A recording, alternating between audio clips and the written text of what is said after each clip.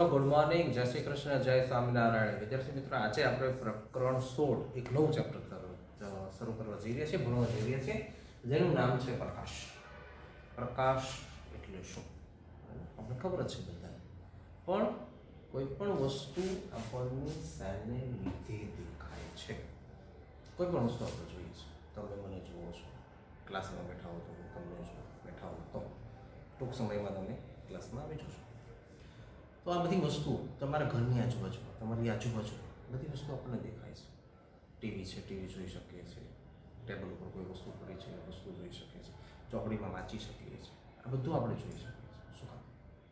એટલા માટે કે આપણે જે વસ્તુ જોઈએ છે ને એની પર પ્રકાશનું કિરણ પડે છે. એની પર પ્રકાશનું કિરણ પડે છે. આ પડવાને હકીકતમાં કહેવાય આપાત. કિરણ પડવાની ઘટના એને શું કહેવાય? આપાત.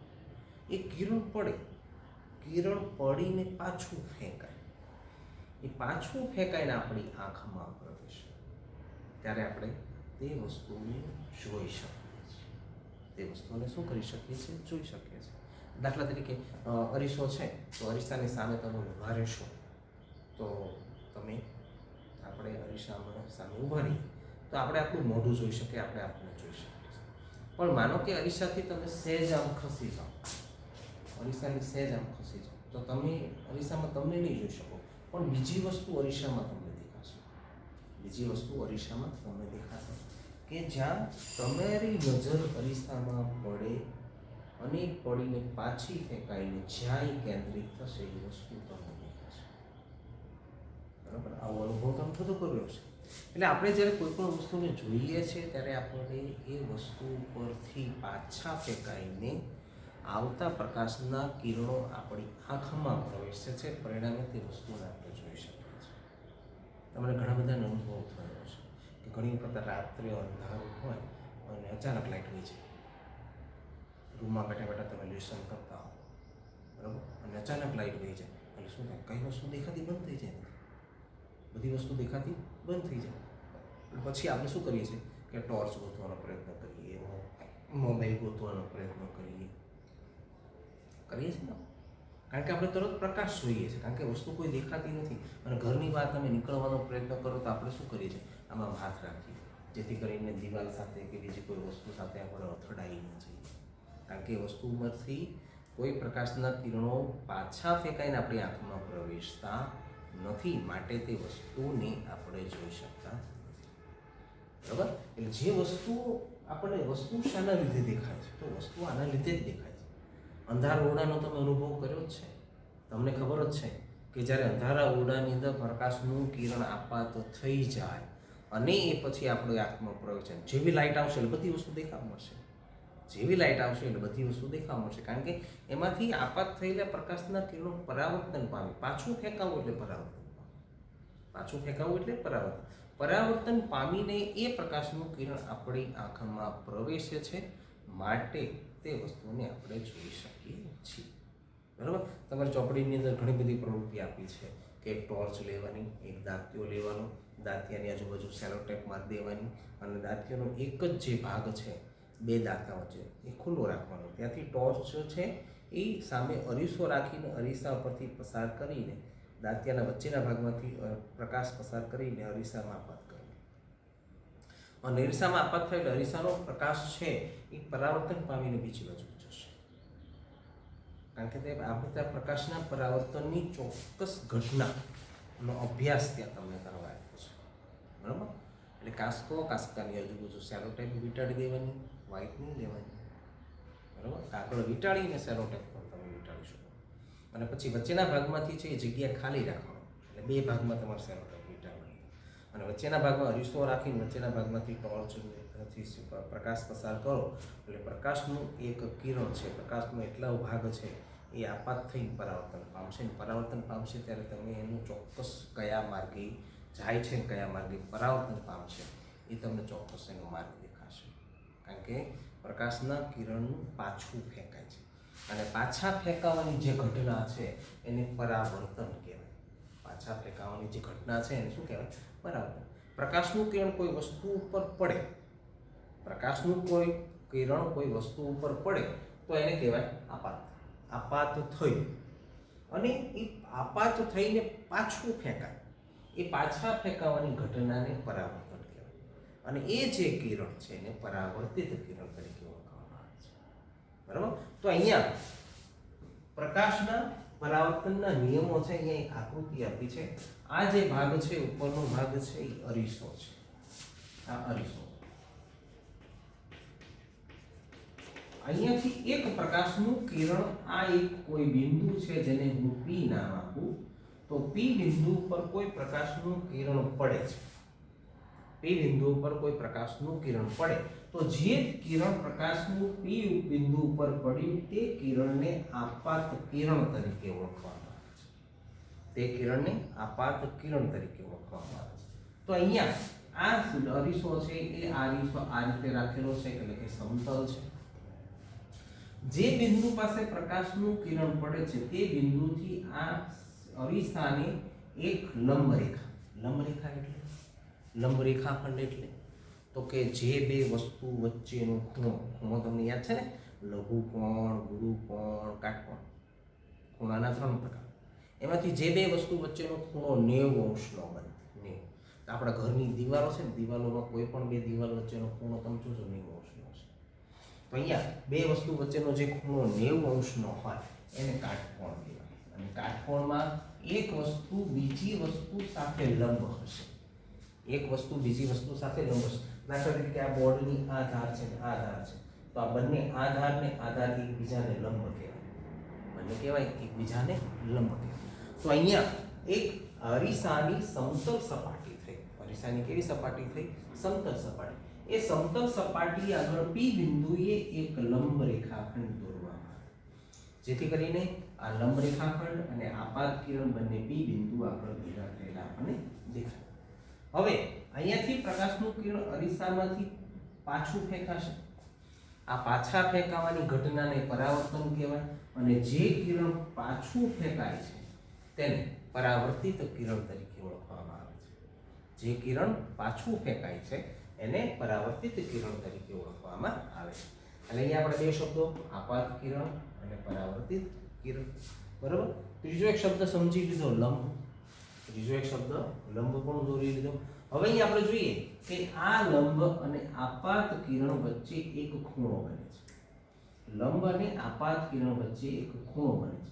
આ ખૂણાને આપાત કોણ તરીકે ઓળખવામાં આવે છે. આ ખૂણાને આપાત કોણ તરીકે ઓળખવામાં આવે છે. એટલે કે આપાત કિરણની વ્યાખ્યા લખવી હોય તો શું લખી શકાય? કોઈ વસ્તુ ઉપર પડતા પ્રકાશના કિરણને આપાત કિરણ કહેવાય. ફરીથી, કોઈ વસ્તુ ઉપર પડતા પ્રકાશના કિરણને આપાત કિરણ કહેવાય. પરાવર્તિત કિરણ એટલે કોઈ વસ્તુ પર પડેલ પ્રકાશનું કિરણ જે પાછું ફેંકાય છે એ પાછા ફેંકાતા કિરણને પરાવર્તિત કિરણ કહેવાય. બરાબર. લંબ એટલે કોઈ પ્રકાશની સમતલ સપાટીને કોઈ એક બિંદુએ દોરેલી લંબ રેખા, તેને કહેવાય લંબ. બરાબર. હવે આપાત કોણની વ્યાખ્યા લખવી હોય તો શું લખી શકાય? તો કે આપાત કોણ બને છે કેવી રીતે? તો કે આપાત કોણ બને છે આપાત કિરણ અને લંબથી બનતો ખૂણો છે.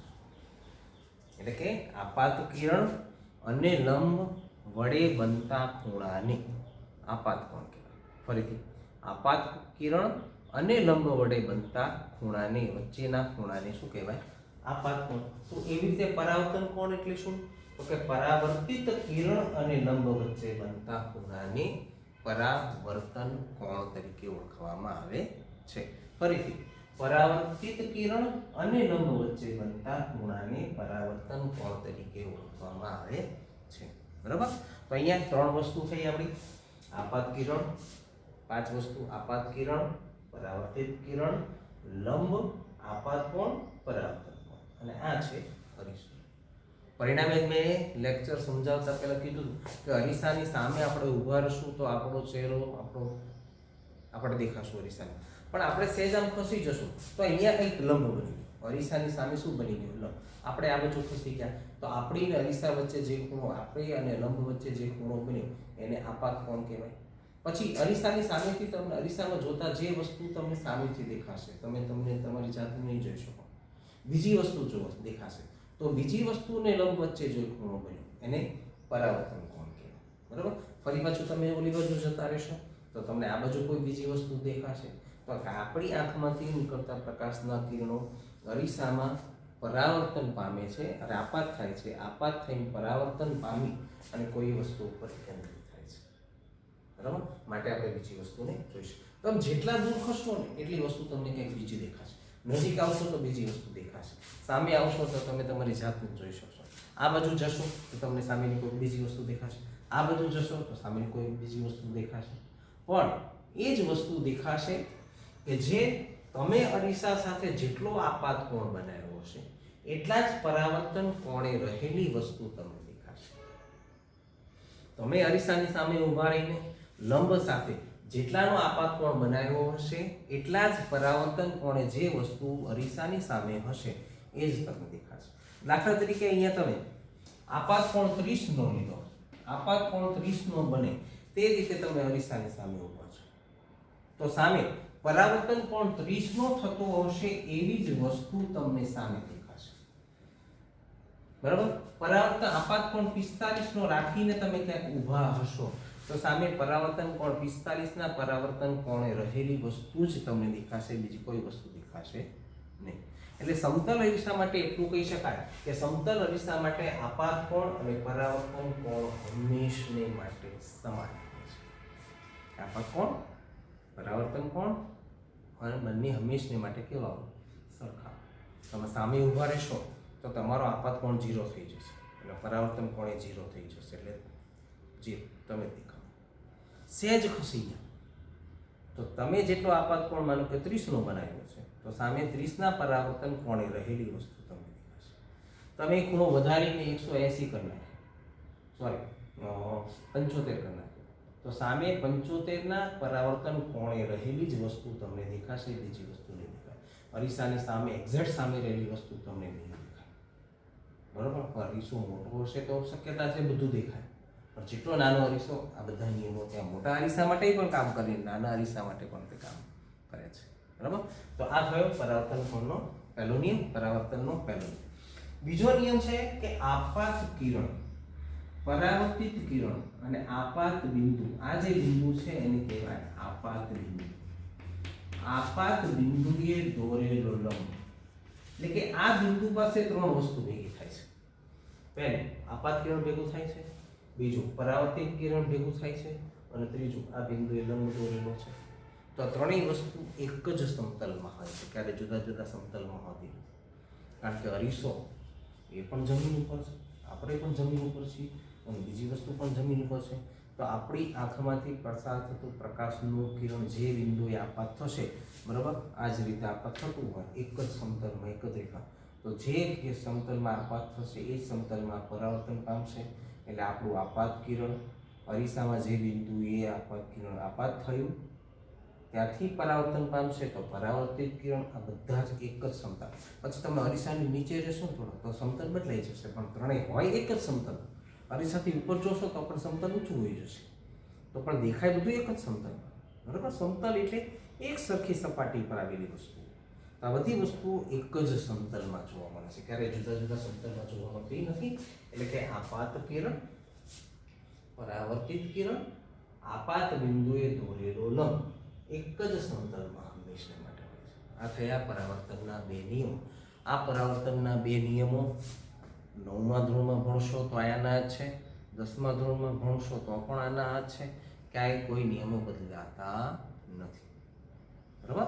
એટલે આપાત બિંદુ પરાવર્તનના નિયમોમાં પહેલો નિયમ આપાત કોણ અને પરાવર્તન કોણ હંમેશા સમાન મૂલ્યના હોય છે. બીજો નિયમ આપાત કિરણ, પરાવર્તિત કિરણ અને લંબ એક જ સમતલમાં હોય છે. બરાબર. આ થયા પરાવર્તનના નિયમ. બરાબર. હવે પરાવર્તનના પ્રકારો બે છે, એમાં એક છે નિયમિત પરાવર્તન, એક છે નિયમિત પરાવર્તન અને બીજું છે અનિયમિત પરાવર્તન. નિયમિત પરાવર્તન અને અનિયમિત પરાવર્તન. બરાબર. નિયમિત પરાવર્તન કેવું કે માનો કે કાચ છે તો કાચની સપાટી જે છે એ હંમેશા માટે કેવી હોય? લીસી હોય. કાચની સપાટી હંમેશા કેવી હોય છે? લીસી હોય છે અને સમતલ હોય છે, એકસરખી. તો આની પર પ્રકાશનું કિરણ જો આ દિશામાં આપાત થશે તો પરાવર્તન પણ આ દિશામાં થશે. બીજું પાછું પ્રકાશનું કિરણ આ બાજુ આપાત થયું તો પરાવર્તન એનું આ બાજુ થયું. ત્રીજું પ્રકાશનું કિરણ આપાત થયું તો એનું પણ પરાવર્તન આ બાજુ થયું. ચોથું પ્રકાશનું કિરણ પરાવર્તન થયું તો એનું પણ પરાવર્તન આ બાજુની દિશામાં થયું. તો તમે જોજો કે આપાત કિરણની દિશા પણ એક જ છે અને બધા પરાવર્તનની દિશા પણ એક જ છે. એટલે કે જે પરાવર્તનમાં આપાત કિરણની દિશા અને પરાવર્તન કિરણની દિશા બધી એક જ દિશામાં હોય તેવા પરાવર્તનને નિયમિત પરાવર્તન કહેવાય. તેવા પરાવર્તનને કેવું કે પરાવર્તન કહેવાય? નિયમિત પરાવર્તન. પણ જો સપાટી ખરબચડી હોય તો અહીંયા આપાત થયેલું પ્રકાશનું કિરણ અહીંયા લંબ બની ગયો એટલે એના જ માર્ગે પાછું ફરે. અહીંયા પસાર આપાત થયેલું પ્રકાશનું કિરણ પરાવર્તન પામીને આ બાજુની દિશામાં થાય. આ બાજુ આપાત થયેલું પ્રકાશનું કિરણ પરાવર્તન પામીને આ બાજુની દિશામાં જાય. અહીંયા આપાત થયેલું પ્રકાશનું કિરણ છે પરાવર્તન પામીને ઉપરની દિશામાં જશે.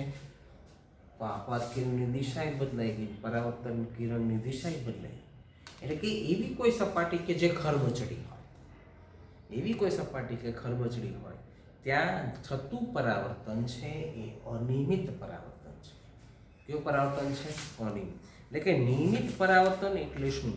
તો કે નિયમિત પરાવર્તન એટલે કે જે પરાવર્તનમાં પ્રકાશના કિરણો આપાત થઈને કોઈ એક જ દિશામાં પરાવર્તન પામે છે, આ પ્રકારના પરાવર્તનને નિયમિત પરાવર્તન કહેવાય છે. અને અનિયમિત પરાવર્તન એટલે કે આપાત થયેલા પ્રકાશના કિરણો એક જ દિશામાં પરાવર્તન ન પામતા વિખેરાઈ જાય છે, એટલે કે ફેલાઈ જાય છે. આવા પ્રકારના પરાવર્તનને અનિયમિત પરાવર્તન તરીકે ઓળખવામાં આવે છે. બરોબર વિદ્યાર્થી મિત્રો? તો અહીંયા આપણે પ્રકાશ વસ્તુ આપણે સાથી જોઈ શકીએ છીએ, આના લીધે દેખાય છે. બરોબર. પછી પરાવર્તનના નિયમો બંને જોયા. પરાવર્તનના નિયમોની અંદર આ બધી જ વ્યાખ્યાઓ તમારે લખી નાખવાની છે કે આપાત કિરણ કોને કહેવાય? તો કે કોઈ વસ્તુ ઉપર પડતા પ્રકાશના કિરણને આપાત કિરણ કહેવાય. કોઈ વસ્તુ ઉપરથી પાછા ફેંકાતા પ્રકાશના કિરણ પરાવર્તિત કિરણ કહેવાય. આપાત કોણ એટલે શું? તો કે આપાત કિરણ અને લંબ વચ્ચે બનતા ખૂણાને આપાત કોણ કહેવાય. એ જ રીતે પરાવર્તન કોણ એટલે? તો કે પરાવર્તિત કિરણ અને લંબ વચ્ચે બનતા ખૂણાને પરાવર્તન કોણ કહેવાય. અને અરીસામાં જે બિંદુએ અથવા તો કોઈ પણ વસ્તુ ઉપર જે બિંદુએ આપાત કિરણ કેન્દ્રિત થાય છે તે બિંદુએ તે સપાટીને દોરેલો લંબ, બરાબર, એને કહેવાય લંબ. હવે આપાત કિરણ અને પરાવર્તનના નિયમો તો સૌથી પહેલો આપાત કોણ અને પરાવર્તન કોણના મૂલ્યો હંમેશા સમાન હોય છે. પછી આપાત કિરણ, પરાવર્તિત કિરણ અને આપાત બિંદુએ દોરેલો લંબ ત્રણેય હંમેશા એક જ સમતલમાં જોવા મળે છે. બરાબર. અને નિયમિત પરાવર્તન અને અનિયમિત પરાવર્તન. નિયમિત પરાવર્તન એટલે કોઈ એક સપાટી પર આપાત થતા પ્રકાશના કિરણો પરાવર્તન પામીને કોઈ એક જ દિશામાં પરાવર્તન પામે છે. તો આવા પ્રકારના પરાવર્તનને નિયમિત પરાવર્તન કહેવાય. અને અનિયમિત પરાવર્તન એટલે કે કોઈ ખરબચડી અથવા તો રફ સપાટી પર આપાત થતા પ્રકાશના કિરણો પરાવર્તન પામીને જુદી જુદી દિશામાં ફેલાઈ જાય છે. આવા પરાવર્તનને અનિયમિત પરાવર્તન તરીકે ઓળખવામાં આવે છે. ઓકે વિદ્યાર્થી મિત્રો, અહીંયા આપણે આ ટોપિક પૂરો કરીએ છીએ. નેક્સ્ટ લેક્ચરની અંદર ફરી પાછા મળશું. Have a good day, have a nice